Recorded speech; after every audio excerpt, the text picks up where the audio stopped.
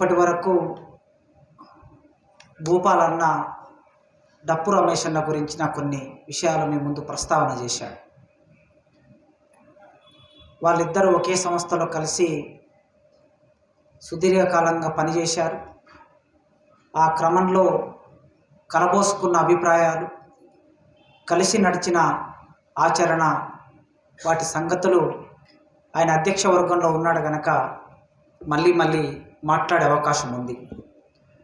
డప్పు రమేష్ అన్న రెండవ వర్ధంతి సభ ఇది. ఈ రెండవ వర్ధంతి సభలో ఒక ప్రధానమైన అంశాన్ని ఎంపిక చేసుకొని ఆ అంశం చుట్టూ ప్రసంగాలు ఉండాలని జ్యోతెక్క, డప్పు రమేష్ మిత్ర బృందం ఆలోచించి ఇవాల్టి ప్రత్యేక సందర్భంలో కొన్ని అంశాలను ఎంపిక చేసుకున్నారు. వర్ధంతి సభలు కేవలం జ్ఞాపకాలను కలబోసుకునే సభలుగా మాత్రమే కాకుండా ఒక తాత్విక ఆలోచనని దేశానికి, ప్రజానికానికి, ముఖ్యంగా విప్లవ ప్రజానికానికి అందించాలనే ఆలోచన ఇక్కడ జరిగినట్లుగా డప్పు రమేష్ అన్న సహచరి జ్యోతెక్క, వారి మిత్రులు జాగ్రత్తగా ఆలోచించారనేది మనకు అర్థమవుతున్నది.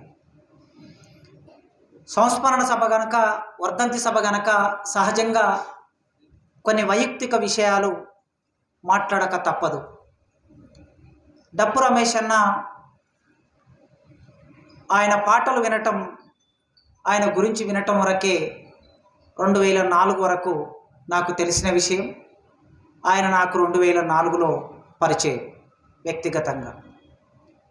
చర్చలు జరిగే కన్నా ముందు ఏర్పడిన పూర్వరంగం, ఆ పూర్వరంగ క్రమంలో పనిచేస్తున్న కొద్ది మందిమి, ఆ క్రమంలో ఆయన పార్టీ నుంచి వచ్చి ఇక్కడున్న విద్యార్థుల్ని, మేధావులని, మరికొద్ది మందిని కలుస్తున్న క్రమంలో నాకు వ్యక్తిగతంగా పరిచయం అయ్యాడు.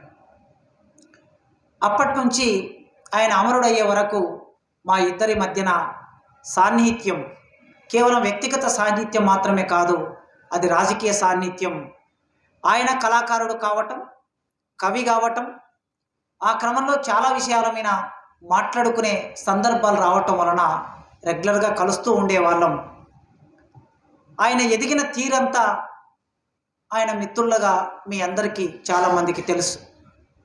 80ల కాలంలో తెనాలి విఎస్ఆర్ కాలేజ్, చాలామందికి కేంద్రంగా ఉన్న తెనాలి విఎస్ఆర్ కాలేజ్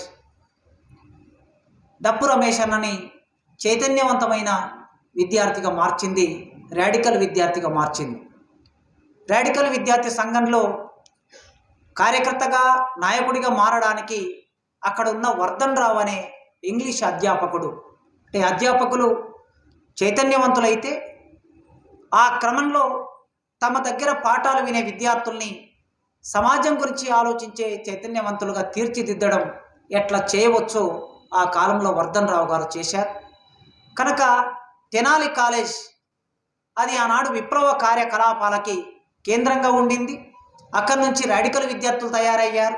అట్లా డప్పు రమేష్ అన్న ఒక చర్చిలో పాటలు పాడుతూ ఉంటే ఆ పాటలకు కావలసిన సంగీతాన్ని వాయించే, డప్పును వాయించే, సంగీతాన్ని వాయించే కళాకారుడుగా ఉన్నటువంటి డప్పు రమేష్ అన్న డిగ్రీకి వచ్చిన తర్వాత తన ఆలోచన విధానం అంతా మారడానికి ఆ కాలేజ్ కేంద్రమైంది.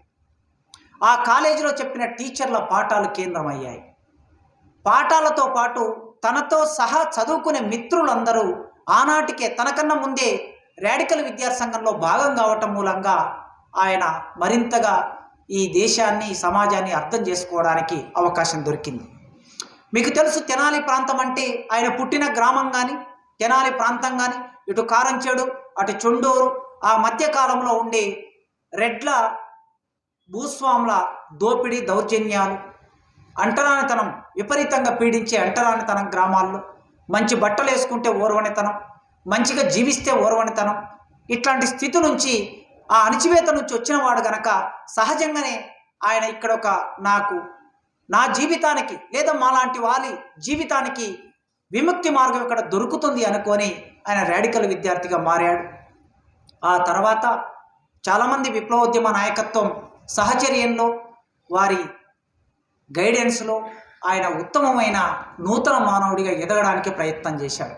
ఆ క్రమంలో సంధ్యక్కబడిన పాట మీరందరూ విని ఉంటారు. నిజంగా నాకు ఇప్పటి వరకు ఆ పాట ఆయన రాశాడని తెలియదు.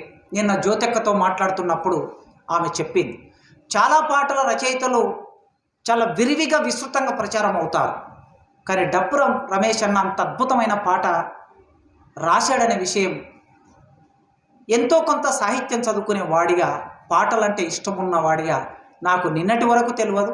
ఇప్పుడు అక్క పాడుతూ ఉన్నప్పుడు ఆ పాట ఎంత గొప్పదో మనం చూసాం. ఒక సందర్భంలో నా మిత్రుడు, నేను డిగ్రీ చదువుతున్న కాలంలో నిజాం కాలేజ్లో ఒక ఐపీఎస్ ఆఫీసర్ కొడుకు నా క్లాస్మేట్ ఉన్నాడు.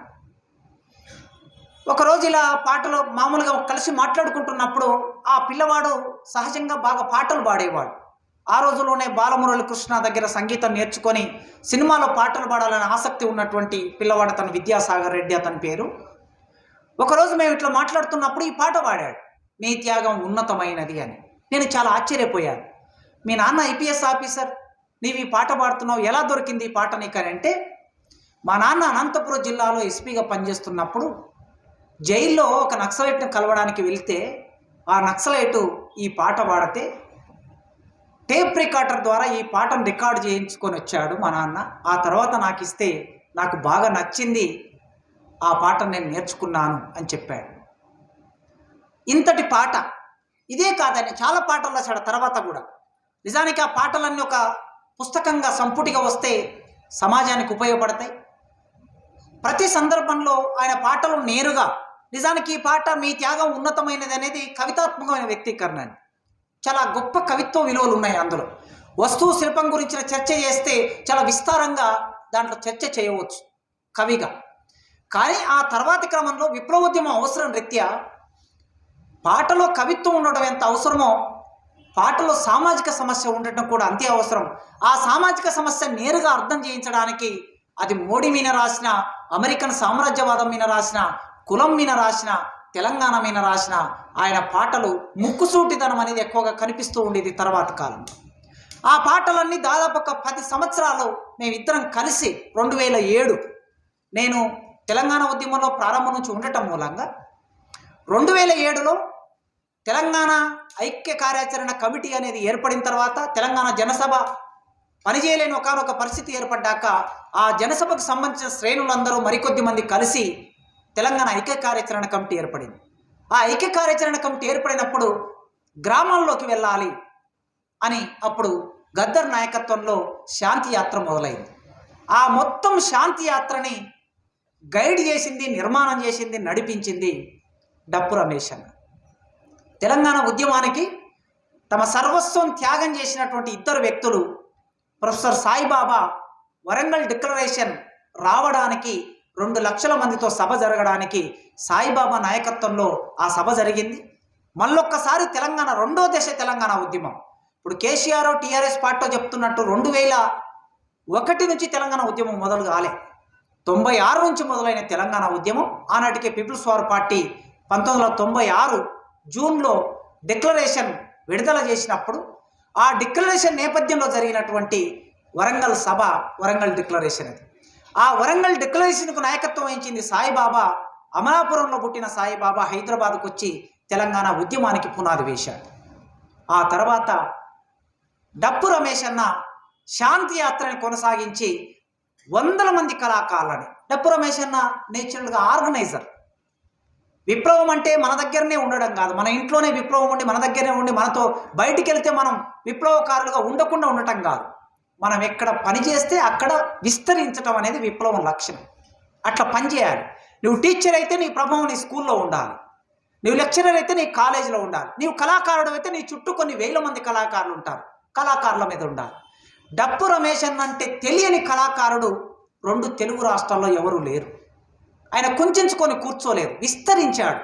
కనుక ఆ విస్తరించే క్రమంలో ఆయన అమరుడైన తర్వాత జరిగిన పాదయాత్రలో తెలంగాణ నుంచి జరిగినటువంటి అంతిమ యాత్రలో తెలంగాణ నుంచి ఎంతమంది కళాకారులు వచ్చారో ఆ రోజు మనం చూసాం. ఈ తెలంగాణ ప్రాంతంలో ఉన్న ప్రతి కళాకారుడు 500 మంది కళాకారులని సమీకరించాడు ఆయన ఆ పాదయాత్రలో. కళాకారులని ఒక వేదిక మీదకి సమీకరించి పాడించడం అనేది చాలా కష్టమైన పని. సహజంగా కళాకారులకు ఉండే ఆ ఇమేజ్ వలన, ఆ ఫాలోయింగ్ వలన కొన్ని సమస్యలు ఉంటాయి. అన్ని సమస్యలను ఎదుర్కొన్నాడు ఆయన. తిట్లు ఎదుర్కొన్నాడు, నిష్ఠురాలు ఎదుర్కొన్నాడు, కోపతాపాలు ఎదుర్కొన్నాడు. కానీ శాంతి యాత్రని దాదాపు ఒక 2 నెలల పాటు ఆదిలాబాద్ నుంచి మొదలుపెట్టి ఖమ్మం వరకు నడిపించాడు. సాయిబాబా తర్వాత తెలంగాణ ఉద్యమం కోసం అంత పట్టుదలతో బాధ్యతయుతంగా పనిచేసినటువంటి కళాకారుడు డప్పు రమేష్ అన్న. ఆ క్రమంలో కొన్ని రాత్రుల పాటు ఆయనతో పాటు కలిసి ఉండే అవకాశం నాకు లభించింది. అప్పుడు ఆయన తెలంగాణ మీద రాసినటువంటి పాటలు కూడా ఆనాటి కళాకారులకి, ఇవాళ ఉన్న ప్రామినెంట్ కళాకారులు ఎవరైతే మనం పేర్లు రావాల్సి ఉన్నది ఇంకా ఆ కరపత్రంలో మనం చూస్తే, ఆ కరపత్రం ఉన్న ప్రతి కళాకారుడు అప్పుడప్పుడే పాటలు పాడుతున్న వాళ్ళందరికీ వేదికనిచ్చాడు. 8 సంవత్సరాల అమ్మాయి నుంచి మొదలు పెడితే 15, 16, 20, 18 సంవత్సరాల వయసున్న ప్రతి కళాకారుడు డప్పు రమేష్ అన్న డప్పుతో వేదిక మీద పాటలు పాడి ఇవాళ తెలంగాణ సమాజంలో ప్రామినెంట్ కళాకారులుగా మారారు. అట్లా కళాకారులను తయారు చేశాడు ఆయన. వాళ్ళందరికీ ఒక నాయకత్వాన్ని ఇచ్చాడు. ఆ నాయకత్వం ఎక్కడి నుంచి మొదలై, తెనాలి విఎస్ఆర్ కాలేజ్ నుంచి మొదలై దేశమంతా విస్తరించి ఒక ప్రత్యేక తెలంగాణ ప్రజాస్వామిక ఆకాంక్షగా ముందుకు వచ్చినప్పుడు దాని మీద పనిచేశాడు. తెలంగాణ రాష్ట్రం ఏర్పడిన తర్వాత ప్రయోగించబడిన, రాజ్యం చేత ప్రయోగించబడిన నిర్బంధాన్ని కూడా డప్పు రమేష్ అన్న ఎదుర్కొన్నాడు. హైదరాబాద్లో ఇంటి మీద దాడి జరిగింది, విశాఖపట్నం ఇంటి మీద దాడి జరిగింది, విజయవాడలో ఇంటి మీద దాడి జరిగింది. డప్పు రమేష్ అన్న ఎక్కడ వెళ్ళి అక్కడ, ఎక్కడ ఉండాలనుకుంటే అక్కడ. ఆ రాత్రికి ఆ జ్యోతెక్క రమేష్ అన్న ఇద్దరు ఆ రాత్రికి ఇక్కడ ఈ ఇల్లు వదిలేసి వెళ్ళిపోవాలనుకుంటే ఉన్న ఒక్క బ్యాగును సర్దుకొని వెళ్ళిపోవటమే అక్కడి నుంచి. అట్లా ఒక కార్మిక వర్గ స్వభావాన్ని, ఆయనకే తల్లిదండ్రులు, ఏ అన్నదమ్ములు వచ్చి ఆయన జీవితానికి ఏ రకమైన సహాయం చేసే అవకాశం కూడా లేదు. ఎందుకంటే ఆ కుటుంబాలకి వాళ్ళు బతకడమే కష్టం కనుక వాళ్ళు తర్వాత వచ్చినటువంటి వాళ్ళని ఆదుకునే పరిస్థితి వాళ్ళకు కూడా ఉండదు. బరువు కాదలుచుకోలేదు, బరువు కాలేదు ఆయన ప్రజల మీద ఆధారపడి జీవించాడు. ఇంతకుముందు భూపాల్ అన్న చెప్పినట్టు ప్రజల కోసమే జీవించాడు, ప్రజల వైపు నిలబడ్డాడు. తాను ఎట్లా బతకాలో అట్లే బతికాడు. లోపల ఎట్లా బతికాడో బయటకు వచ్చినా కూడా అట్లే బతికాడు. లోపల ఒకటి బయట ఒకటి కాదు రమేష్ అని. బయట ఉన్నా లోపల ఉన్న డప్పు రమేష్ అన్నట్టు డప్పు రమేష్ అనండి, జేఎన్ఎం రమేష్ అంటే జేఎన్ఎం రమేష్ అనండి. ఆయన వైయక్తికమైనటువంటి రాగద్వేషాలు లేని మనిషి, ఎవరి విన కోపం పెంచుకోని. ఎంతమంది ఎన్ని రకాలుగా హింసించారో నాకు తెలుసు. జ్యోతెక్కకు నాకన్నా ఎక్కువ తెలుసు, నాతో పంచుకున్నాడు కనుక నాకు కూడా తెలుసు. పెద్ద పెద్ద కళాకారుల నుంచి మొదలు పెడితే కవులు రచయితల వరకు ఎంతమంది ఎన్ని రకాలుగా వేధించారు. కానీ విప్లవ నిబద్ధత వలన ఒక్కరి మీద కూడా ఒక్కనాడు ఒక కంప్లైంట్ పెట్టలే, ఆయన ఫిర్యాదు పెట్టలే. మాలాంటి మధ్యతరగతి జీవులం ఫిర్యాదులు పెడతాం కావచ్చు, అలుగుతాం కావచ్చు, కానీ ఆయన విప్లవకారుడు కనుక ఎన్నడూ ఎవరి మీద అరలే, ఎన్నడూ ఎవరి మీద ఫిర్యాదు పెట్టలే. నమూనాది విప్లవకారుడికి అదొక నమూనా. ఆ నమూనాని ఆయన నుంచి స్వీకరించాలి. ఆయన ఒక నూతన మానవుడిగా ఎదిగే క్రమంలో ప్రయత్నం చేశాడు, ఎదిగాడు. ఆయన నుంచి ఏమైనా నేర్చుకొని మనం నూతన మానవులుగా ఎదగడానికి ప్రయత్నం చేయాలని ఈ సందర్భంగా ఈ కొన్ని ఆయనతో నడిచిన ఆ జ్ఞాపకాలు మీతో పంచుకుంటూ, ఇవాళ ఫాసిజం మన మీదకి తరుముకొస్తున్న రోజుల్లో డప్పు రమేష్ అన్న గురించి మాట్లాడుకోవడం, ఫాసిజం జీవిత పార్శ్వాలన్నిటినీ చుట్టేసిన కాలంలో, తన ఆధీనంలోకి తీసుకున్న కాలంలో డప్పు రమేష్ అన్న గురించి మాట్లాడుకోవటం అంటే ప్రజా కళల గురించి మాట్లాడుకోవటం, ప్రజా సంస్కృతి గురించి మాట్లాడుకోవటం, ప్రజా పోరాటాల గురించి మాట్లాడుకోవటం. ప్రజా సంస్కృతి మీద ఫాసిజం దాడి ఏమిటి అనే విషయం మాట్లాడమని జ్యోతెక్క నన్ను అడిగింది. ప్రజా సంస్కృతి అంటే ఏమిటి? 2 సంస్కృతులు ఉంటాయా సమాజంలో? సంస్కృతి అనేది ఎక్కడైనా ప్రపంచంలో ఒకటే సంస్కృతి ఉంటుంది. కానీ సమాజంలో విభజన రేఖ గీసినప్పుడు, దోపిడీదారులు పేదలు అనే విభజన రేఖ గీసినప్పుడు దోపిడీకి గురయ్యే ప్రజలు, దోపిడీ చేసే వర్గం, ఈ 2 వర్గాలు ఉన్నప్పుడు 2 వర్గాలకు సంబంధించిన ఆలోచన స్రవంతి కొనసాగుతుంది. ఈ స్రవంతి సంస్కృతిగా మారుతుంది. ఏమిటి సంస్కృతి అని చూసినప్పుడు మానవ జీవితంలోని సర్వాంగాలు, మనిషి పుట్టినప్పటి నుంచి మరణించే వరకు ఆ మనిషి జీవితంలో ఆచరించే ప్రతిదీ సంస్కృతిలోకి వస్తుంది. వస్త్రధారణ, ఆహారపు అలవాట్లు, మత సంబంధ ఆచారాలు, పండుగలు, కళలు, ఇవన్నీ మనిషి జీవితంలో ఉంటాయి. అందరి జీవితంలో ఉంటాయి. దోపిడీ చేసేవాడి జీవితంలో ఉంటాయి, దోపిడీకి గురయ్యే వాళ్ళ జీవితంలో ఉంటాయి. భారతదేశ నిర్దిష్ట పరిస్థితుల్లోకి వస్తే అగ్రకులాల జీవితంలో ఉంటాయి, కింది కులాల జీవితంలో ఉంటాయి. వీరి జీవితంలో ఆహారపు అలవాట్లు, పండుగలు, వస్త్రధారణ, కళలు ఉన్నట్లే అందరికీ ఉంటాయి. కానీ తినే తిండిలో, కట్టే బట్టలో, జీవించే జీవితంలో వాళ్ళకి వీళ్ళకి స్పష్టమైన విభజన రేఖ ఉంటుంది.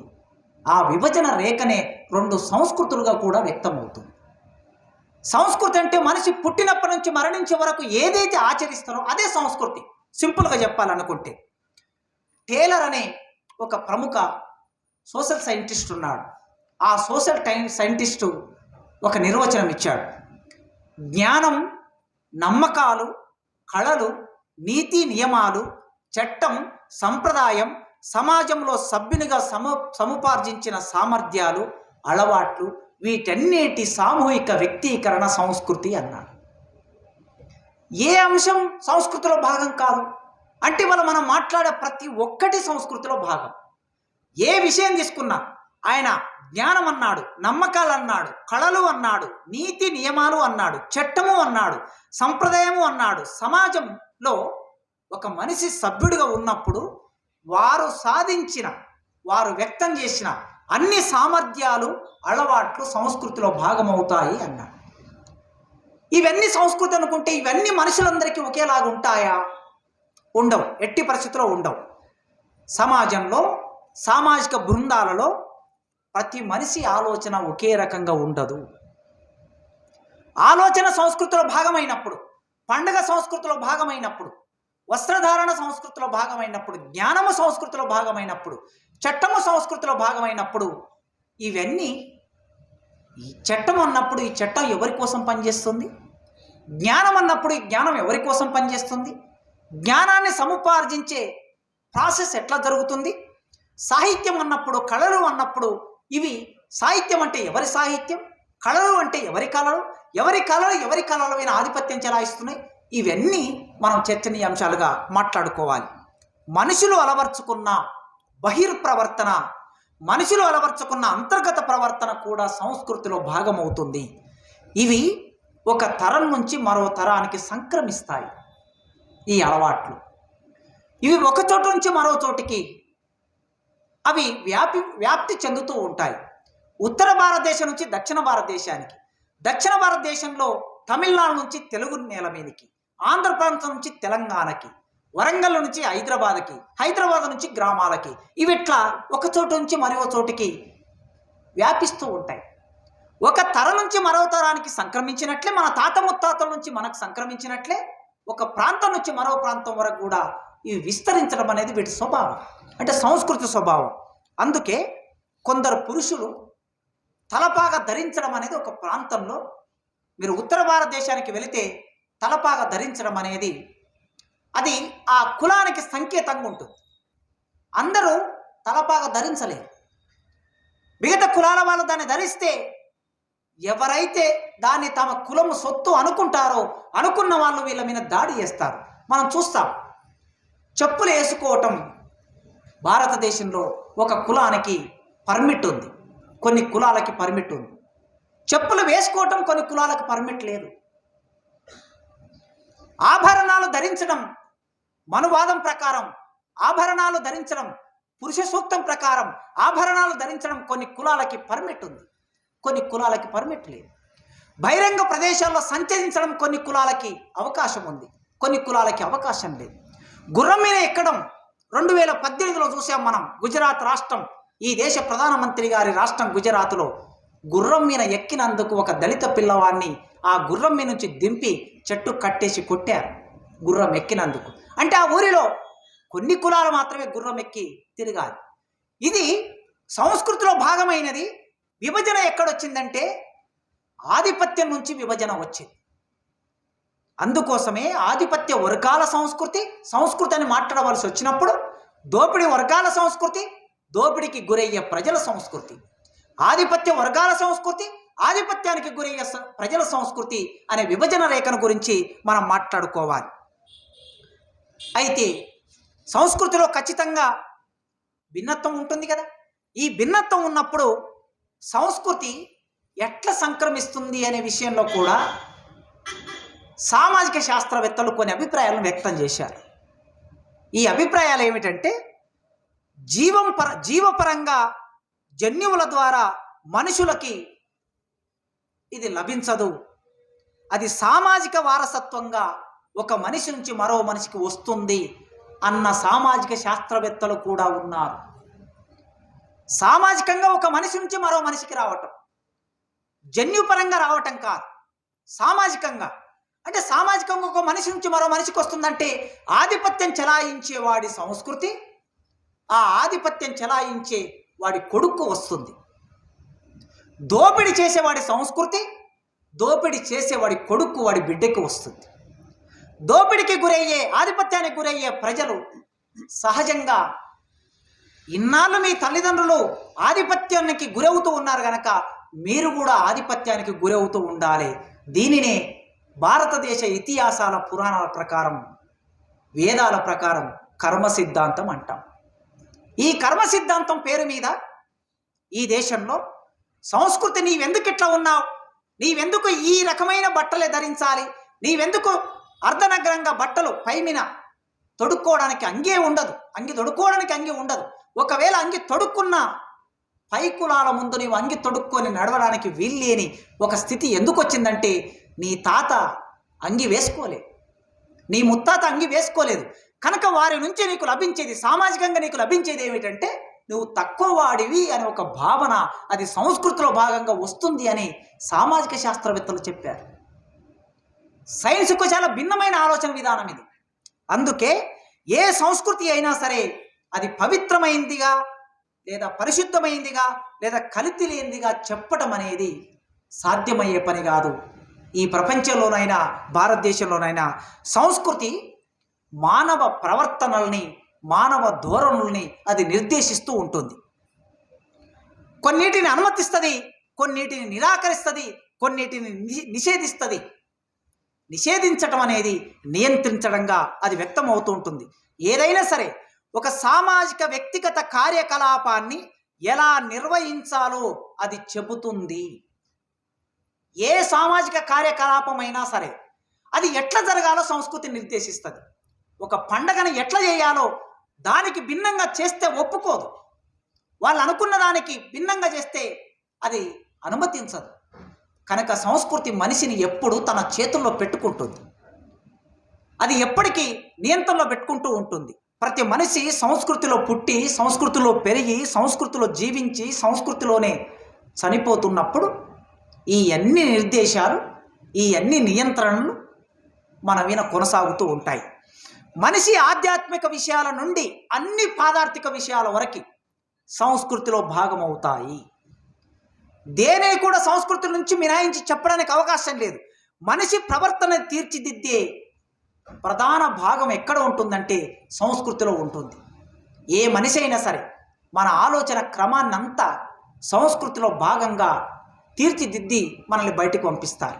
ఒక స్త్రీ ఎట్లా ఉండాలి, ఒక పురుషుడు ఎట్లా ఉండాలి, కింది కులంలో పుట్టిన పురుషుడు ఎట్లా ఉండాలి, పై కులంలో పుట్టిన పురుషుడు ఎట్లా ఉండాలి, పెళ్లి సందర్భంలో ఎట్లాంటి బట్టలు ధరించాలి, ఎవరిచే మంత్రాలు చదివించుకోవాలి, చచ్చిపోయినప్పుడు ఎట్లా ఖననం చేయాలి, ఇవన్నీ కూడా సంస్కృతిలో భాగంగానే నియంత్రించి నిర్దేశించబడతాయి, వాళ్ళ చేత చెప్పబడతాయి.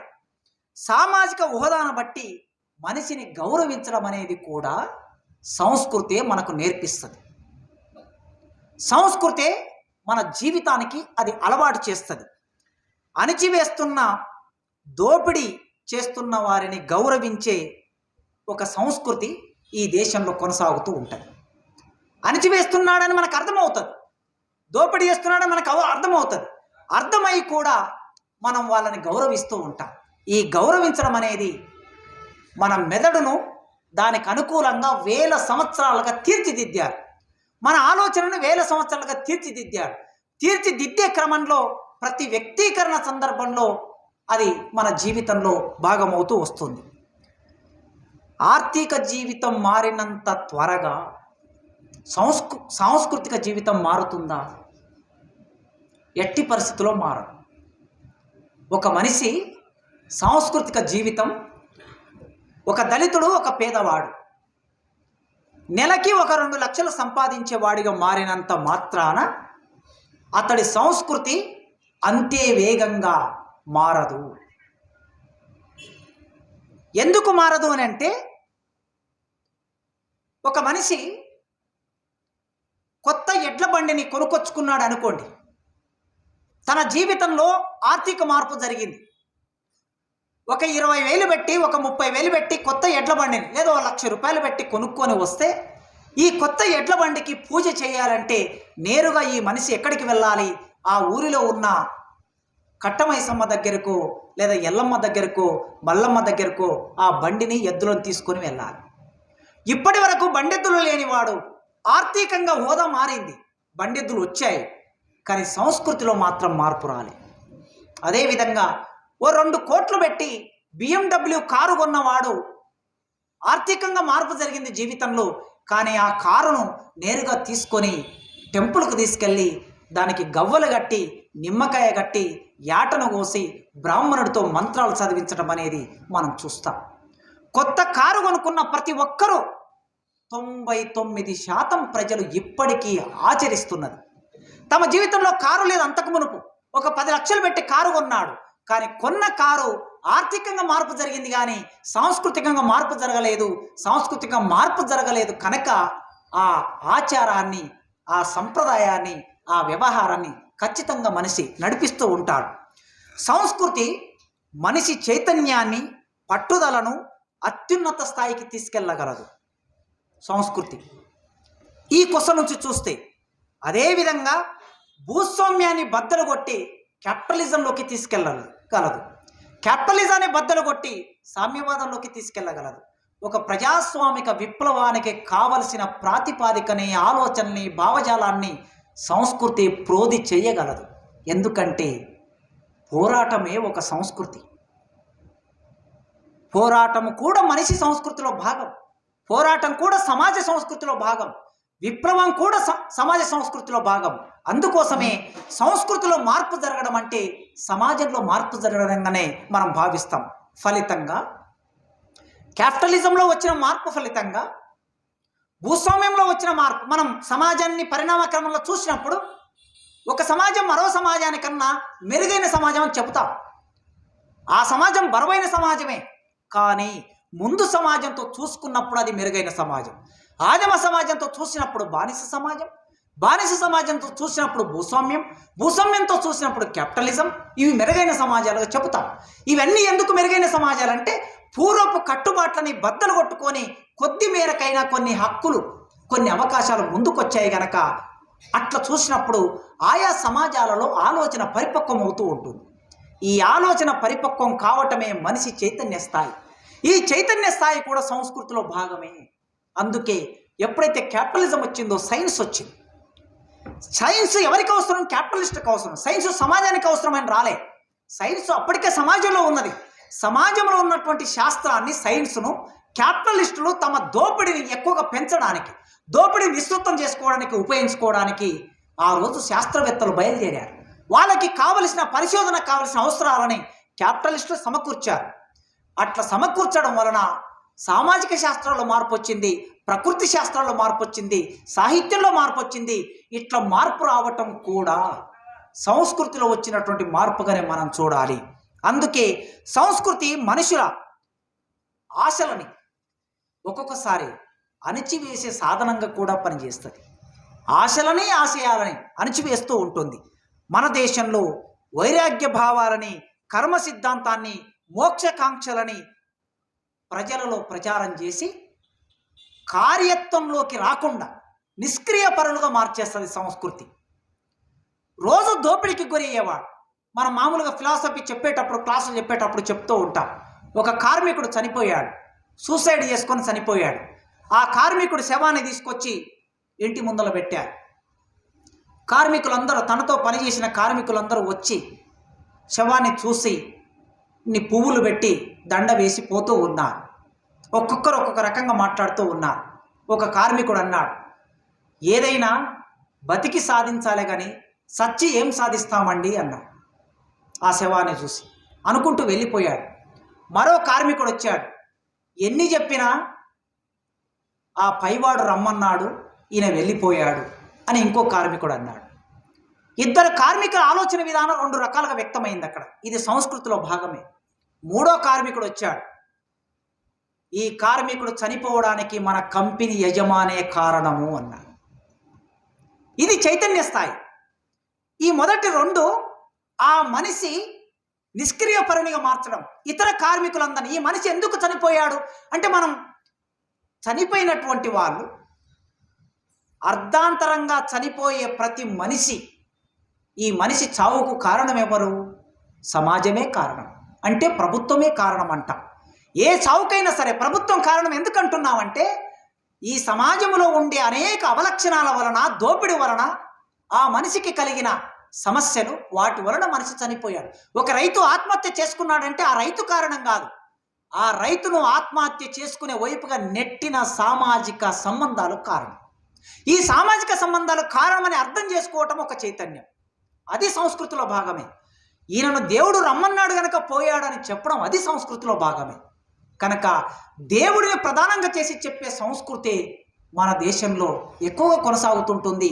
ఇది దోపిడీ వర్గాలకు ఉపయోగపడే సంస్కృతి. కనుక సామాజికులైనటువంటి మనుషులందరూ కలిసి తమ దైనందిన జీవితంలో ఎప్పుడో ఒకసారి నూతన సంస్కృతిని నిర్మాణం చేసుకోవడానికి ప్రయత్నం చేస్తూ ఉంటారు. ఈ ప్రజా సంస్కృతిని, ప్రజా రూపాన్ని, ప్రజా కళలని ఎప్పటికప్పుడు మెరుగుపరుచుకుంటూ ఉంటారు. దోపిడీకి వ్యతిరేకంగా తమ పెనుగులాటను మొదలు పెడుతూ ఉంటారు, తమ సంవాదాన్ని మొదలు పెడుతూ ఉంటారు. ఎంత సంవాదాన్ని మొదలుపెట్టినా, ఎంత పెనుగులాటను మొదలుపెట్టినా మళ్ళీ వాళ్ళని యథాతథ స్థితికి తీసుకురావడానికి దోపిడీ వర్గాలు, పాలక వర్గాలు ప్రయత్నం చేస్తూ ఉంటాయి. చేసే క్రమంలో సంస్కృతిలో భాగమైనటువంటి ఆధిపత్య వర్గాలు కొన్ని ప్రత్యేక అర్థాలు కల్పిస్తారు. మనకి ప్రత్యేక అర్థాలు మన జీవితంలోకి తీసుకొస్తారు. ఎట్లా తీసుకొస్తారంటే, పసుపు రంగు అనేది ఇది శుభ సూచకం అని ఎవరు చెప్పారండి? పసుపు రంగు శుభ సూచకం అని ఎవరు చెప్పారు? ఎందుకు పసుపు రంగు శుభ సూచకమైంది? కాషాయం అనేది వైరాగ్యానికి, సన్యాసులుగా మారడానికి ఇది సూచకమని ఎవరు చెప్పారు? ఎవరు ఈ అర్థాలని ప్రోధ చేశారు, నిలబెట్టారు? నలుపు రంగు అనేది అశుభమని ఎవరు చెప్పారు? ఎరుపు రంగు అనేది మార్పు సంకేతం అని ఎవరు చెప్పారు? ఇట్లా మనం చూస్తే ఒక్కొక్క రంగుకు ఒక సూచిక ఉన్నది. ఈ సూచిక మానవ జీవితంలో, సంస్కృతిలో భాగంగా ఎంత మనల్ని ఆవరించి ఉన్నదో ఒకసారి ఆలోచించండి. ఇప్పుడు మీరు ఎవరి కాలును చూసినా కాలు కింద ఎడమ కాలుకు నలుపు రంగు దారం కట్టబడి ఉంటుంది. 99% మంది కట్టుకుంటున్నారు. ఏమిటిది? ఇది ఎందులో భాగం? ఇది సంస్కృతిలో భాగం. ఈ సంస్కృతిలో భాగమైనది మానవ జీవితంలోకి ప్రవేశించింది. ఆధిపత్య వర్గాల సంస్కృతి ఇది. ఈ ఆధిపత్య వర్గాల సంస్కృతి నలుపు. నలుపు మనకి దిష్టి తగలకుండా, మనిషిని సంతోషంగా, ఏ రకమైన సమస్యలు రాకుండా ఉంచడానికి, అది అందరి దృష్టి దాని మీద పడడానికి నలుపు రంగును భావించారు కదా. మరి ఎరుపు రంగును ప్రమాద సంకేతంగా ఎందుకు చెప్పారు? ఎరుపు రంగు ప్రమాద సంకేతం ఎందుకు అవుతుంది అంటే, ఒక్కొక్క రంగుకు ఒక్కొక్క సందర్భాన్ని క్రియేట్ చేసింది దోపిడీ వర్గం. ఈ క్రియేట్ చేసిన దోపిడీ వర్గంలో ఎంత మనకు కాంట్రాస్ట్ చూడండి. బర్రె నలుపు రంగులో ఉంటుంది, బర్రె నలుపు రంగులో ఉంటుంది, కానీ బర్రె ఇచ్చే పాలు మాత్రం తెలుపు రంగులో ఉంటాయి. మరి నలుపు రంగు అశుభం అనుకున్నప్పుడు నలుపు రంగు నుంచి వచ్చే పాలు మాత్రం నీకు శుభం ఎట్లా అయ్యాయి? వెంట్రుకలు తెల్లబడితే కలర్ వేసుకోవడం దేనికి? వెంట్రుకలు తెల్లగానే ఉంచుకోవచ్చు కదా. నలుపు అనేది అశుభం కాదా? అంటే ఒక శరీరంలో ఉన్నటువంటి ఒక పార్ట్కు ఒక రకమైన ప్రాధాన్యత, మరో పార్ట్కి ఇంకొక రకమైన ప్రాధాన్యత ఇవ్వటం, ఇది ఆధిపత్య వర్గాలు డెవలప్ చేసిన ఆలోచన. ముఖ్యంగా భారతదేశంలో బ్రాహ్మణిజం డెవలప్ చేసినటువంటి ఆలోచన.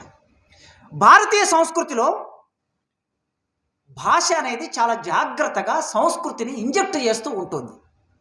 భాషనే ప్రధాన పాత్ర వహిస్తుంది. ఏదైనా సరే మాధ్యమం ఏమిటి? మన భావాలను వ్యక్తం చేయడానికి, మన భావాలను మరో సమాజానికి అందించడానికి మనకు సాధనం ఏమిటి అన్నప్పుడు భాషనే సాధనం. ఈ భాష సంస్కృతిలో ప్రధాన భాగంగా ఉంటుంది. ఒక్కొక్క పదానికి ఒక్కొక్క సందర్భానికి కొన్ని పదాలను రూపొందించి మనల్ని అలవాటు చేస్తుంది. అలవాటు చేసి ఆ సందర్భంలో ఏదైనా ఒక మాట మనం అశుభమైంది మాట్లాడేమనుకొని వెంటనే మన పెద్దవాళ్ళు మనల్ని వారిస్తారు. పిల్లి ఎదురిస్తే ఆగిపోవటం, బల్లి పలుకుతే ఆగిపోవటం అనే ఒక జీవితంలో భాగం చేశారు కదా. ఇవన్నీ కూడా ఆధిపత్య సంస్కృతిలో భాగంగా వచ్చాయి. అగ్రకుల పేదలు ఉంటారు ఈ దేశంలో, కానీ ఆర్థిక ఆధిపత్యం వాళ్ళు ప్రదర్శించలేకపోయినా సామాజిక ఆధిపత్యం ప్రదర్శిస్తూ ఉంటారు.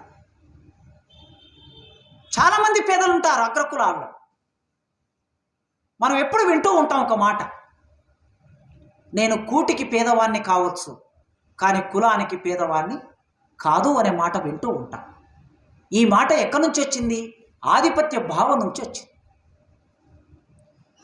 ఇక్కడ పేదవాడే అంటే పేదవాళ్ళందరూ ఒకటి కాదు దేశంలో, దోపిడీకి గురయ్యే వాళ్ళందరూ ఒకటి కాదు దేశంలో. ఈ ఒకటి కాని ఒకానొక స్థితి ఎట్లొచ్చిందంటే అది సంస్కృతిలో భాగంగా నీవు పేదవాడివైనా సరే ఆ దళిత పేదవాడితో నీవు సమానం కాదు అనే భావం అభివృద్ధి అయ్యేది. ఇది ఎక్కడి నుంచి? ఉత్పత్తిలో భాగంగా వచ్చింది. ఇదేం విడిగా లేదు. కులం అనేది భారతదేశంలో విడి అంశం కాదు, అది పునాదిలో భాగం, అది ఉత్పత్తిలో భాగం. ఉత్పత్తిలో భాగం కనుక కులాన్ని బట్టి భారతదేశంలో దోపిడీ కొనసాగుతుంది. మీరు చూడండి, తెలంగాణ నేల మీద నైజాం పరిపాలించిన కాలంలో వెట్టి చాకిరి ఉన్నది. వెట్టి చాకిరి అంటే అర్థం ఏమిటి? చేసిన పనికి ఏ ప్రతిఫలం ఆశించకుండా పనిచేయటం అని అర్థం. వెట్టి మాదిగా, వెట్టి మాల అన్నారు కదా, వెట్టి బ్రాహ్మణ్ అన్నారా? వెట్టి రెడ్డి అన్నారా? అనలేదు కదా. అంటే ఏమిటి? కులాన్ని బట్టి దోపిడీ జరుగుతుందని అర్థం. ఇక్కడ కులాన్ని బట్టి ఈ దేశంలో ఒక క్రమం, లింగము బట్టి కూడా దోపిడీ జరుగుతుంది. ఇక్కడ నేను ఒక చిన్న ఎగ్జాంపుల్ చెప్తాను, లైఫ్లో నేను విన్నటువంటి ఎగ్జాంపుల్. నేను ఇంటర్మీడియట్ చదువుతున్న రోజుల్లో ఎండాకాలం సెలవులు వచ్చినప్పుడు మట్టి పని చేసుకునేది. హైదరాబాద్లో మట్టి పని చేసుకోవడానికి వచ్చేది. గుంతలు దోమి పునాది తీసి రోజుకో 20 రూపాయలు వస్తే ఒక 2 నెలలు పని చేస్తే ఒక 200-300 వస్తే బట్టలు కొనుక్కొని పోయేది మళ్ళీ కాలేజీకి. మేము వెంకటాపురంలో ఉండేది. వెంకటాపురం ఇప్పుడు పాలమూరు గుడిసెలు ఉంటాయి కదా, డప్పు రమేష్ అన్న అక్కనే తన జీవితం అంతా ఉన్నాడు. ఆ గుడిసెల్లో ఉండేది ఆ 2-3 నెలలు. ఒకరోజు మా అక్క నేను ఇద్దరం కూలికి వచ్చాము, సికింద్రాబాద్లో కూలి. ఆ కూలికి వచ్చినప్పుడు మమ్మల్ని గుత్తకు తీసుకున్న మేస్త్రి మమ్మల్ని ఇద్దరిని అక్కడికి పంపించాడు. ఏం పని ఏదంటే ఇది బాత్రూము, బావి ఉంటుంది. అప్పుడు ఆ రోజుల్లో ఇంకా డ్రైనేజ్ సిస్టమ్ డెవలప్ కాలే. ఆ డ్రైనేజ్ సిస్టమ్ డెవలప్ కానప్పుడు బావి ఉంటే ఆ బావి మీద వేసినటువంటి సిమెంటు అది ఉంటుంది కదా, దాన్ని పగలగొట్టాలి. మేము 20 మంది ఉన్నాం మా గుత్తదారు కింద, కానీ మమ్మల్ని ఇద్దరిని పంపించాడు. అక్కడికి వెళ్ళిన తర్వాత నేను గన్ను బట్టి దాన్ని పగలగొడుతుంటే ఒక్కొక్క ముక్క దాంట్లో కింద పడి లోపలికి వెళ్ళిపోయి ఆ లోపల ఉన్నటువంటి మలం బయటికి ఎగిరి పడుతూ ఉంది మా మీద. నాకు ఇప్పుడు అర్థమైంది మమ్మల్ని ఇద్దరిని అక్కడికి ఎందుకు పంపించాడనే విషయం. బీసీలు ఉన్నారు, ఎస్సీలు ఉన్నారు, అందరం ఉన్నాం, కానీ మమ్మల్ని ఇద్దరిని అక్కడికి ఎందుకు పంపించాడనే విషయం అర్థమైంది. సరే ఆ పని అయిపోయిందా? అయిపోయిన తర్వాత సికింద్రాబాద్లో బస్సు ఎక్కి వెంకటాపురం వస్తున్నాం. అయితే ఎంతైనా నేను మగవాడిని, నా వయసు అప్పటికి 17 ఏళ్ళే. 17 ఏళ్ళలో ఉన్న మగవాడికి నాకు 20 రూపాయలు, మా అక్కకి 15 రూపాయలు కూలి. నాకన్నా పెద్దదామె. మగవాడి పని గన్ను బట్టి కొట్టాను కనుక 20 రూపాయలు. ఆ బస్సు ఎక్కిన తర్వాత ఒక మాట అన్నది, ఏమయ్యా కండక్టర్ సారు, వీనికి 20 రూపాయల కూలి, నాకు 15 రూపాయల కూలి, మరి టికెట్లో నాకు తక్కువ లేదా అని అడిగింది ఆమె. టికెట్లో నాకు తక్కువ లేదా ధర అని అడిగింది. నాకు అర్థం కాలే అప్పుడు. ఇప్పుడు అర్థమైంది. పొలిటికల్ ఎకానమీ చదువుకున్న తర్వాత లింగము బట్టి ఎట్లా దోపిడీ జరుగుతుంది. మా ఊళ్ళో కూడా అదే కదా. ఎక్కడైనా ఊళ్ళలో స్త్రీకి ఒక జీతం, పురుషుడికి ఒక జీతం. అంటే కులాన్ని బట్టి దోపిడీ జరుగుతుంది, లింగాన్ని బట్టి దోపిడీ జరుగుతుంది. ఇది సారములో ఉన్న విషయం, ఇదే నేను కొత్తగా చెప్పే విషయం కాదు. అందుకే ఈ దేశంలో దోపిడీ అని అంటే ఆ దోపిడీ ఎన్ని రూపాల్లో జరుగుతుందో ఆ దోపిడీకి గురయ్యే ఒకానొక ఆలోచనని మన జీవితంలో ఎట్లా భాగం చేశారో నీవు దోపిడీకి గురి కావాలి. నీవింతే అనే కర్మ సిద్ధాంతాన్ని సంస్కృతిలో భాగంగా ఎట్లా చేశారో దోపిడీ కూడా సంస్కృతిలో భాగమైంది. పోరాటం సంస్కృతిలో భాగమైనప్పుడు దోపిడీ వర్గాలకి దోపిడీ కూడా సంస్కృతిలో భాగమైంది. కనుక ప్రజా సంస్కృతిని ఎప్పటికప్పుడు అదిమి పడుతూ వచ్చారు, ప్రజా జీవితాన్ని అదిమి పడుతూ వచ్చారు. ఈ అదిమి పడుతూ వచ్చినటువంటి సందర్భంలో మనం ఇప్పుడు ఈ సందర్భానికి వద్దాం, ఫాసిజం సందర్భంలోకి వద్దాం. సంస్కృతి ఏ పని చేస్తుంది? ప్రజా సంస్కృతిని, దోపిడీ వర్గాల సంస్కృతి, ప్రజా సంస్కృతి భిన్నంగా ఉన్నప్పుడు ఈ రెండింటి మధ్యన ఘర్షణ ఎట్లా ఉంటుంది, విభజన ఎట్లా ఉంటుంది అర్థమయ్యాక ఫాసిజం అనే ఒక రూపం ఈ దేశంలోకి వచ్చి ప్రజా సంస్కృతి మీద, ప్రజా జీవితం మీద, కళల మీద ఎన్ని రూపాల్లో దాడి చేస్తున్నారో చూస్తే మొట్టమొదలు ఇటలీ అనే ఒక దేశపు సందర్భంలోకి వెళ్దాం. అక్కడ సాంస్కృతిక ఆధిపత్యం, ఎప్పుడైనా సరే ఒక రాజకీయ ఆధిపత్యం కొనసాగాలంటే మొట్టమొదలు సాంస్కృతిక ఆధిపత్యం వస్తుంది, ఆ తర్వాతనే రాజకీయ ఆధిపత్యం. ఈ సాంస్కృతిక ఆధిపత్యాన్ని ఇటలీలో ముస్సోలిని అనేవాడు మొట్టమొదలు తీసుకొచ్చాడు. ప్రజా సంస్కృతి తనకన్నా ముందు ఉన్నటువంటి ప్రజా సంస్కృతిని హీనపరచడం, తక్కువగా చూపించటం, అవమానపరచటం, ప్రజలని సామూహికంగా వాళ్ళ జీవితం మీద, సంస్కృతి మీద దాడి చేయటం, ఆ సంస్కృతిని పాటించేటటువంటి వాళ్ళ ఆర్థిక మూలాలను దెబ్బతీయటం, ప్రజలు అనుసరించే జీవితపు విలువల్ని చిన్నాభిన్నం చేయటం, ప్రగతి నిరోధక భావజాలాన్ని విస్తృతంగా ప్రజల్లో ప్రచారం చేయటం, ఇది ఇటలీలో జరిగింది. ఆనాడు ముస్సోలిని ఒక క్రమ పద్ధతిలో కొనసాగించాడు దీన్ని. ఈ దాడి క్రమంలో వాళ్ళు అనుకున్న విలువలు, అంటే ఫాసిజం ఏదైతే విలువగా అనుకుంటుందో ఆ విలువనే మొత్తం దేశపు విలువగా మారిపోతుంది. ఒకవేళ దాన్ని పాటించనప్పుడు ఏం జరుగుతుంది అంటే ముస్సోలిని మొదటి ప్రపంచ యుద్ధం జరిగాక ఏర్పడిన సంక్షోభాన్ని పెట్టుబడిదారులు తమకు అనుకూలంగా మలుచుకోవడానికి ఆనాడు ఆ దేశంలో ఒక నాయకుడు అవసరం వచ్చాడు. ఆ నాయకుడు ముస్సోలిని రూపంలో అవసరం వచ్చాడు. అంటే ఇక్కడ సంస్కృతికి దీనికి ఒక ఆర్థిక రాజకీయ నమూనా ఉంటుంది. ఈ ఆర్థిక రాజకీయ నమూనాలో పెట్టుబడికి ఇది అవసరం అవుతుంది. పెట్టుబడి నేరుగా ప్రవేశించదు, మొట్టమొదలు అది సంస్కృతి రూపంలో ప్రవేశించి ఆ తర్వాత తనకు అనుకూలమైన ప్రాతిపాదికని వాతావరణాన్ని తయారు చేసుకున్న తర్వాత పెట్టుబడి ప్రవేశిస్తుంది. ఆ క్రమంలోనే ఇక్కడ ముస్సోలిని రూపంలో సోషలిస్టు భావాలు పెరుగుతున్న ఒక స్థితి, సోషలిస్టు విప్లవం రష్యాలో విజయవంతమైంది. చాలా దేశాలు సోషలిస్టు విప్లవం వైపు వెళ్తూ ఉన్నాయి, ఆకర్షించబడుతున్నాయి. ఆ ఆకర్షించబడుతున్న సందర్భంలో ముస్సోలిని తన దేశంలో ఉన్న సోషలిస్టుల మీద టార్గెట్ చేసి చంపేశాడు. కార్మికులని, సోషలిస్టులని, కమ్యూనిస్టులని టార్గెట్ చేసి చంపాడు. అంటే ఫాసిజం ప్రవేశించినప్పుడు ఎవరెవరిని లక్ష్యం చేసుకుంటుంది? లౌకికవాదులు అనుకున్న వాళ్ళు, ప్రజా అనుకూలం అనుకున్న వాళ్ళు, ప్రగతిదాయకమైన వాళ్ళు, కమ్యూనిస్టులు, సోషలిస్టులు, కార్మికులు, వీళ్ళు ఫాసిజానికి శత్రువులుగా ఉంటారు. ఆనాడైనా ఈనాడైనా, ఈనాడు ఈ దేశంలో ఫాసిజం ప్రవేశిస్తున్న ఈ క్రమం, ఈ 10 సంవత్సరాల కాలంలో ఇవాళనే ఫాసిజం ఏం రాలేదు. ఆధునిక కాలంలో వచ్చిన ఒక భావన, ఇది ఎప్పుడో మొదలైంది, ఇవాళ మనకు ప్రత్యక్షంగా మన జీవితంలో కనిపిస్తున్నది. ఈ ఫాసిజం సంఘ పరివార ఫాసిజం, ఇది బ్రాహ్మణీయ ఫాసిజం, ఇది మనువాద ఫాసిజం. సంఘ పరివార ఫాసిజం, బ్రాహ్మణీయ ఫాసిజం, మనువాద ఫాసిజం. ఈ మనువాద ఫాసిజం, ఈ బ్రాహ్మణీయ ఫాసిజం, ఇది పెట్టుబడిదారిని జత తీసుకొని ప్రయాణం చేస్తూ ఉంది. ఆనాడు ఇటలీలో, ఆనాడు జర్మన్లో ఏ పని చేసిందో ఇవాళ భారతదేశంలో అదే పని చేస్తుంది. భారతదేశంలోని ఫాసిజానికి శత్రువులు ఎవరు? పేద ప్రజలు. శత్రువులు ఎవరు? కమ్యూనిస్టులు, ప్రజాస్వామికవాదులు, లౌకికవాదులు, మత మైనార్టీలు వాళ్ళకి శత్రువులు.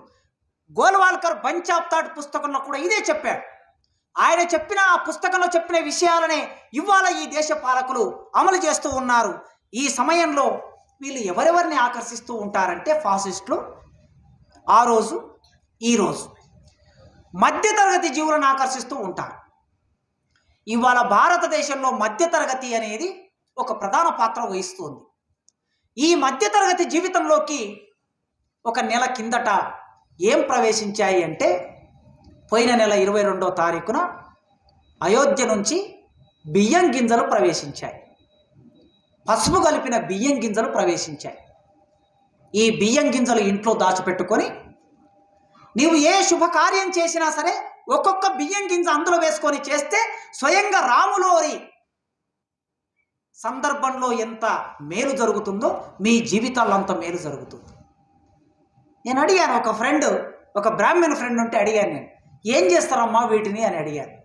ఏం చెయ్యమని చెప్తున్నారు మీరు ఏం చేస్తారు అని అంటే, ఈ బియ్యం జాగ్రత్తగా దాచిపెట్టుకోవాలి, తల మీద ఎప్పుడైనా సరే తల మీద బియ్యం వేసినప్పుడల్లా ఒక్కొక్క బియ్యం గింజ అందులో కలుపుకొని భర్త చేతనో పెద్దవాళ్ళ చేతనో బ్రాహ్మణుడి చేతనో అవి వేయించుకోవాలి, శుభం జరుగుతుంది. తలంబ్రాలు పోసుకున్నప్పుడు అందులో ఒక బియ్యం గింజ వేస్తే మిగతా బియ్యం గింజలన్నీ అయోధ్య నుంచి వచ్చిన బియ్యం గింజలుగా మారిపోతాయి. ఇది ఒక ఆలోచన. మధ్యతరగతి జీవులని వాళ్ళు ఆకర్షిస్తారు. ముస్సోలిని అదే చేశాడు, హిట్లర్ అదే చేశాడు, ఫాసిజం పేరు మీద, నాజిజం పేరు మీద. ఇప్పుడు భారతదేశంలో వీళ్ళని ఆకర్షిస్తూ ఉన్నారు. వృత్తులు కలిగినటువంటి ప్రజలని ఆకర్షించాలి, వివిధ వృత్తులు, వ్యాపారస్తుల్ని ఆకర్షించాలి. మేధావులుగా గుర్తింపు పొందడానికి కొందరు ప్రాకులాడుతూ ఉంటారు. వీళ్ళు ఆర్గానిక్ ఇంటలెక్చువల్స్ కాదు, అంటే ప్రజల నుంచి వచ్చిన మేధావులు కాదు. నేను మేధావి కావాలి అని స్వయం ప్రకటిత మేధావులు ఉంటారు. కొందరు మధ్యలో బయలుదేరుతూ ఉంటారు. ఈ స్వయం ప్రకటిత మేధావులు ఏంటంటే అవకాశం కావాలి, వాళ్ళకి అవకాశం కోసం అరువులు చేస్తూ ఉంటారు. అట్లాంటి వాళ్ళను ఫాసిజం ఏం చేస్తుందంటే దగ్గరికి లాక్కుంటుంది. దగ్గరికి లాక్కొని మీడియా ద్వారా కొన్ని ముఖాలని పరిచయం చేస్తూ ఉంటుంది. దాంతోపాటు జర్నలిస్టులని, కళాకారులని, దేశభక్తి గురించి మాట్లాడే మాజీ సైనిక ఉద్యోగులని ఫాసిజం తన దగ్గరికి లాక్కుంటూ ఉంటుంది. నేను చెప్పిన వీళ్ళందరూ చూడండి, మనం ఎన్నడూ చూడనట్లుగా రాష్ట్రపతికి ఒక ఉత్తరం రాస్తే, ఎవరైనా మేధావులు రాష్ట్రపతికి ఒక ఉత్తరం రాస్తారు. ఏమని? అయ్యా పలానా వ్యక్తిని పలానా చోట చంపేశారు, లేదా పలానా ఆయన మీద కేసు పెట్టారు, లేదా పలానా చరిత్రలో పాఠ్యపుస్తకాల్లో చరిత్రని మార్చేస్తూ ఉన్నారు, ఇది సరైంది కాదు, ఇది దేశ రాజ్యాంగానికి భిన్నమైంది, వ్యతిరేకమైంది అని ప్రజాస్వామిక వాదులైన ఒక 20 మందో 30 మందో మేధావులు కలిసి రాష్ట్రపతికి ఒక ఉత్తరం రాయటం, చీఫ్ జస్టిస్కి ఒక ఉత్తరం రాయటం ఒక సంప్రదాయం ఇండియాలో. నా అనుభవం ఉండి 30 సంవత్సరాల కాలంలో నేను ఇట్లాంటి చాలా ఉత్తరాలు చూశాను, చదివాను. కానీ దీనికి వ్యతిరేకమైన ఉత్తరాలు రాయించటం అనే క్రమ పద్ధతి ఈ దేశంలో ఈ 10 ఏళ్ల కాలంలోనే చూస్తుంది. అంతకుముందు ఎవరు కూడా మేధావులుగా ఉన్న వాళ్ళు ఒక ఉత్తరం రాశాక వాటి పట్ల ఏకీభావం లేకపోయినా సరే మిగతా వాళ్ళు మౌనంగా ఉండేవాళ్ళు తప్ప, వ్యతిరేకమైన మరో ఉత్తరం వీళ్ళని వ్యతిరేకిస్తూ, మొదట రాసిన వాళ్ళని వ్యతిరేకిస్తూ అదే చీఫ్ జస్టిస్కు, అదే రాష్ట్రపతికి కొద్దిమంది మేధావుల చేత ఈ ఫాసిజం ఉత్తరాలు రాయిస్తూ ఉంది. అంటే స్వయం ప్రకటిత మేధావులకి ఇది ఒక వేదికను కల్పిస్తుంది, స్వయం ప్రకటిత జర్నలిస్టులకి ఇది ఒక వేదికని కల్పిస్తుంది. మనం చూస్తూ ఉన్నాం ఇవాళ మీడియా ఎట్లా మారిపోయిందో. నక్సలైట్ల సందర్భంలో, మావోయిస్టుల సందర్భంలో, లేదా ప్రగతిశీల మేధావుల సందర్భంలో, హేతువాదుల సందర్భంలో ఒక మీడియా పూర్తిగా ఒక భిన్నమైన వైఖరి తీసుకొని దుర్మార్గమైన ప్రచారం ఎట్లా చేస్తుందో, అట్లాంటి జర్నలిస్టులను ఎట్లా తయారు చేశారో మనం చూసాం. అంతెందుకు, నిన్ననే విడుదలైన రజాకార్ సినిమా మీలో కొందరైనా చూసి ఉంటారు. పొద్దున్నే ఒక కవిమిత్రుడు ఫోన్ చేసి బాధపడుతూ ఉన్నాడు. ఇప్పుడు ఆ సినిమా ఎవరు చూస్తారు? 10 ఏళ్ల పిల్లలు, 15 ఏళ్ల పిల్లలు, కరెక్ట్గా ఎండాకాలం సెలవుల్లో సినిమా వచ్చింది. 20 ఏళ్ల పిల్లలు ఈ సినిమా చూస్తే తెలంగాణ రైతాంగ సాయుధ పోరాటం గురించి తెలియని పిల్లలు, ఒక బందగి గురించి, మగ్దుం మొహిద్దీన్ గురించి, చాకల ఐలమ్మ గురించి, కుమరం భీము గురించి తెలియని పిల్లలందరూ ఆ సినిమా చూస్తే నిజంగా ఇదేనా చరిత్ర, అంటే ఇదేనా అంటే వాళ్ళు దీని ఒక జర్నలిస్టులతో పాటు సినిమాలో పనిచేసే యాక్టర్లని, దర్శకులని, నిర్మాతలని, కళాకారులను కూడా తమ వైపుకు మలుచుకుంటారు. మనం కాశ్మీర్ ఫైల్స్ చూసాం, కేరళ ఫైల్స్ చూసాం, ఇప్పుడు హైదరాబాద్ ఫైల్స్ వచ్చాయి, రజాకార్ ఫైల్స్ వచ్చాయి. నేను అనుకుంటా అతి కొద్ది కాలంలోనే మావోయిస్ట్ ఫైల్ అని ఒక సినిమా, ఫైల్స్ అని సినిమా వచ్చినా మనం ఆశ్చర్యపోనక్కర్లేదు.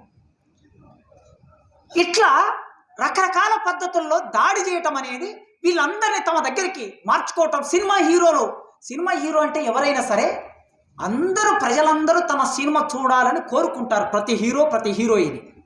అందుకోసం వాళ్ళు వివాదాస్పదమైన కామెంట్లోకి ఎన్నడూ వెళ్ళరు, అభిప్రాయాలు ఉన్నా సరే ఎన్నడూ వెళ్ళరు.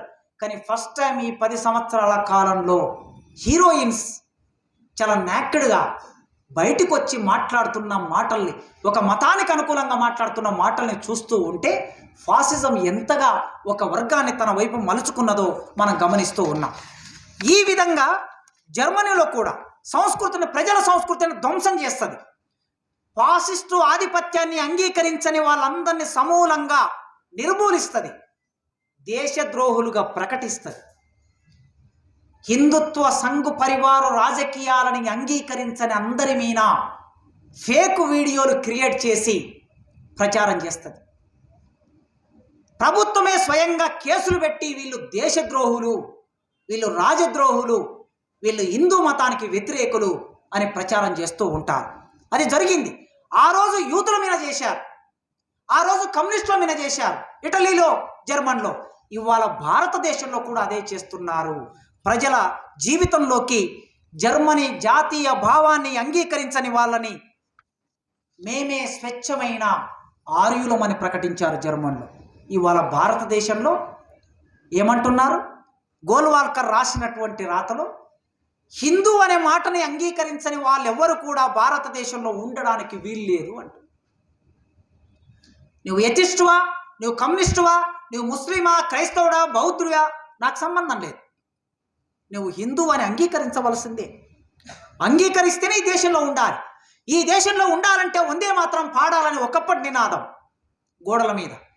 కానీ ఇవాళ ఈ దేశంలో ఉండాలంటే హిందువుగా జీవించవలసిందనే ఈనాటి నినాదం. వీళ్ళు ఇద్దరిని ప్రధానమైన శత్రులుగా ఆయన గోల్వాల్కర్ బంచ్ ఆఫ్ థాట్ పుస్తకంలో ఆనాడే 1934లోనే రాశాడు. ఇద్దరిని శత్రువులు అన్నాడు ఈ దేశానికి. మొదటి శత్రువులు ముస్లింలు, రెండో శత్రువులు కమ్యూనిస్టులు అన్నాడు. ఆ రోజు రాశాడు, ఈరోజు అదే అమలవుతుంది. ముస్లింలని మీరు చూడండి,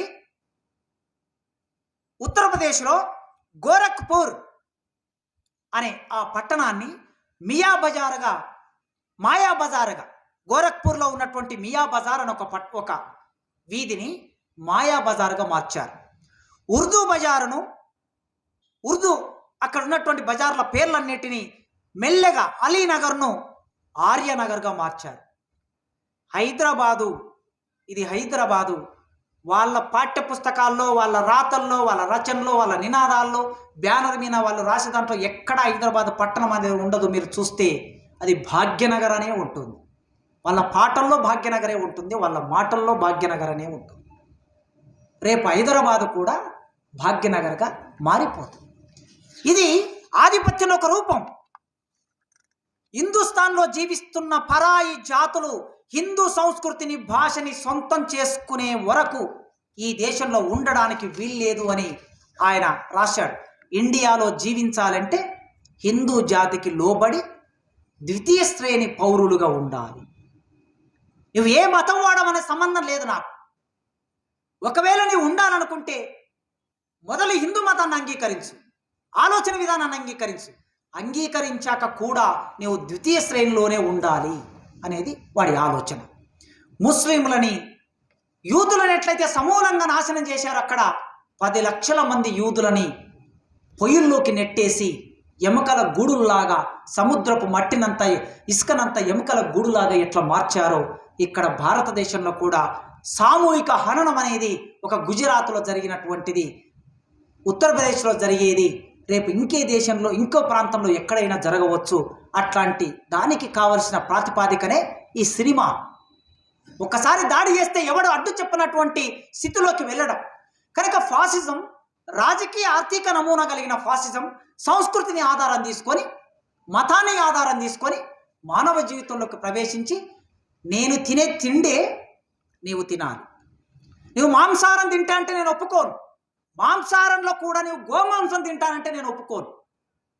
గోమాంసం అతి త్వరలో గోమాంసం తినటం అనేది నిషేధానికి గురైన మనం ఆశ్చర్యపోనక్కర్లేదు. వాళ్ళు బిజినెస్ చేసుకోవడం కోసం ప్రపంచంలో అతి ఎక్కువగా గోమాంసాన్ని ఎగుమతి చేస్తున్న రెండో దేశం భారతదేశం. మరి ఈ రెండో దేశం భారతదేశమైన ఈ గోమాంస ఎగుమతిదారులందరూ ఎవరు? ఎగుమతిదారులందరూ బనియా బ్రాహ్మణ్ సామాజిక వర్గాలకు చెందిన పెట్టుబడిదారులు గోమాంసాన్ని ఎగుమతి చేస్తున్నారు. మరోవైపు వాళ్ళు మాట్లాడేది గోమాత, గోవు దేవుడు అనే మన జీవితంలోకి గోవు ఎన్నడూ దేవుడు అయ్యారు? గోవు బిడ్డతో సమానం. గోవు కుటుంబ సభ్యురాలు, మా జీవితాలతో కుటుంబ సభ్యురాలు. మా ఇంట్లో కోడె చచ్చిపోతే మా అమ్మ వారం రోజులు శోకం పెట్టి ఏడిసింది. మా అన్న చచ్చిపోతే ఎట్లా ఏడిసిందో కోడె చచ్చిపోతే కూడా అట్లా ఏడ్చింది. ఒక్క మా అమ్మనే కాదు, అందరమ్మలు ఏడుస్తారు. ఎందుకంటే వాటిని బిడ్డల్లాగా సాదుకుంటారు, దేవుళ్ళలాగా ఎన్నడూ పూజించరు.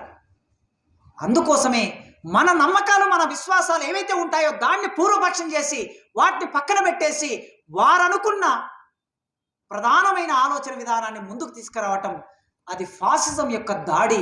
ఆ దాడి పండుగల రూపంలో, దేవుళ్ళ రూపంలో, యాత్రల రూపంలో, భిన్నమైన పద్ధతుల్లో, ఆచారాల రూపంలో, ఒకే ఓటు, ఒకే దేశం, ఒకే ట్యాక్సు, ఒకే మతం, ఒకే ఆహారపు అలవాట్లు, ఈ ఒకే దేశం అనే భావనలో భిన్నత్వం ఎక్కడుందో ఆ భిన్నత్వాన్ని ధ్వంసం చేయటం.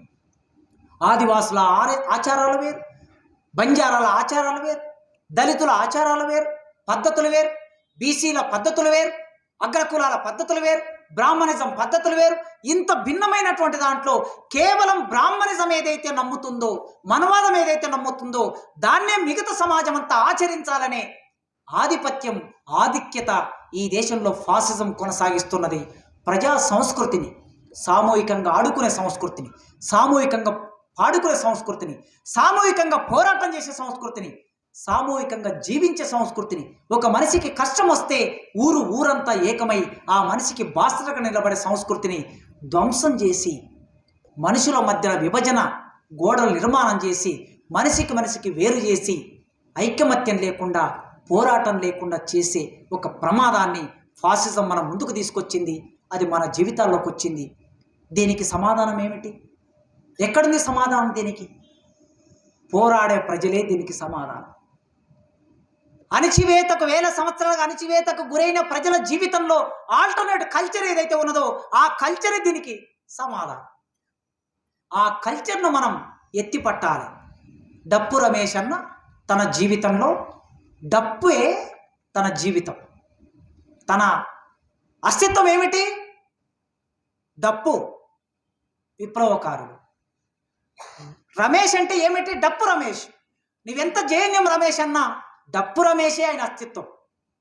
డప్పు అనేది ప్రజా సంస్కృతి, మొట్టమొదటి కళారూపం. 32 కళల్ని పలికించగలిగిన ఏకైక కళారూపం డప్పు మాత్రమే ఈ దేశంలో.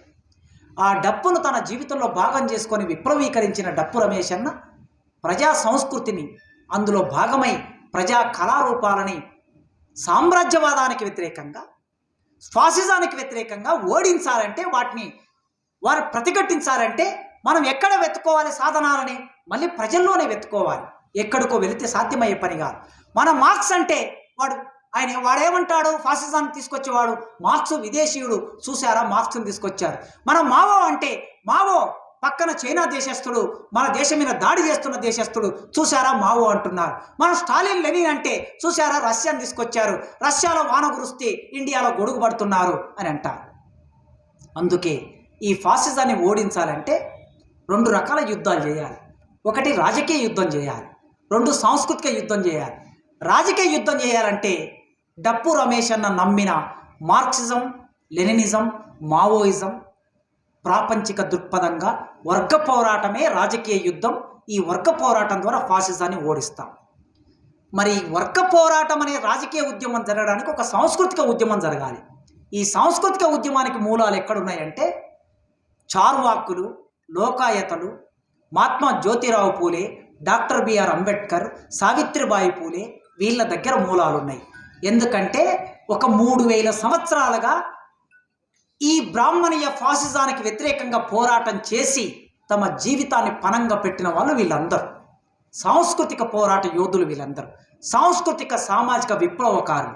ఈ విప్లవకారులు చేసిన పోరాటాన్ని, ప్రజలు ఆచరించిన కళారూపాలని, ఆ కళారూపాలని ఆధారంగా, వాళ్ళ జీవిత సంస్కృతిని, ఆహార అలవాట్లని ఆధారంగా ఈ ఫాసిజాన్ని ఓడించడానికి మనం సన్నద్ధం కావాలని డప్పు రమేష్ అన్న వర్ధంతి సందర్భంలో ఈ 4 విషయాలు మీతో పంచుకోవడానికి అవకాశం ఇచ్చిన డప్పు రమేష్ అన్న మిత్రులకి పేరు పేరున విప్లవాభివందనాలు తెలియజేస్తూ ముగిస్తున్నాను. Thank you.